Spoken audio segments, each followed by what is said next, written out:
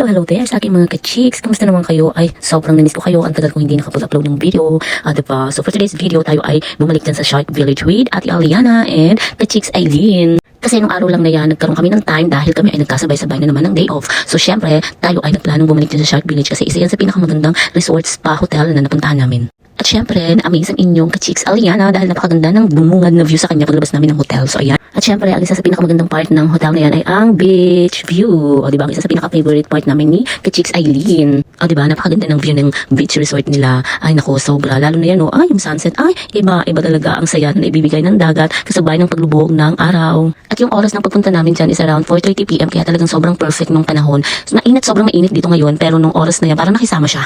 O diba? As in, kasi nung unang punta namin nila Cristel dyan is, morning, 7:30 in the morning. Kaya, mas maganda yung time na yon. Kaya lang, nagmamadali kami dahil kami ay may pasok. At mas na-enjoy namin ang dagat ngayong oras, yung oras ng pagpunta namin nung hapon. Kasi yung morning time, ang bilis umakyat nung araw. Kaya talagang sobrang napakainit. Hindi katulad nung hapon ka pupunta, medyo mabagal yung paglubog ng araw.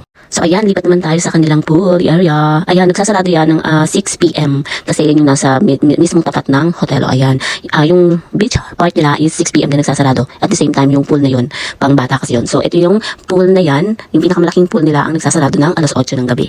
So, dyan na kami nagstay ng matagal hanggang sa matapos kami ng aming pag-enjoy at matapos ang aming pagsasaya at paglalangoy, pagsiswimming. O, diba? Ay, ang saya ng oras na yan kasi hindi na siya mainit. Tapos, ang lamig ng tubig nila, as in. Tapos, yung pool is hindi ganun kalalim, hindi rin ganun kababaw. Kaya talagang na-enjoy namin. Shout out sa friend namin dyan sa Shark Village. Salamat ng marami sa komplimentareng iyong ibinigay. O, diba? Free lang yan mga ka-chicks. So, natapos kami ng mga around 7:15 PM. Yes, kasi ayun na namin makipagsabayan sa mga mag-aanlaw. Hanggang 8:00 lang kasi yung pool na yun. So, ayan, it's time to go home na. Pack up na tayo. Uwian na. Ay, hindi. Didiretso pa pala kami ng zoo kasi mag-iikot-ikot pa kami doon. Lubos-lubusin na natin ang lives for today's video. That's all for today. Bye! Ay, may pag-cheers pa pala kami dyan ng aking mga ka-chicks eh.